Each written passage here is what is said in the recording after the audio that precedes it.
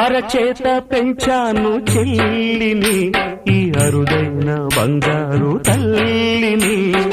అడుగేస్తే పాదాలు కందవా, నా కన్నుల్లో కన్నీళ్ళు చిందవా.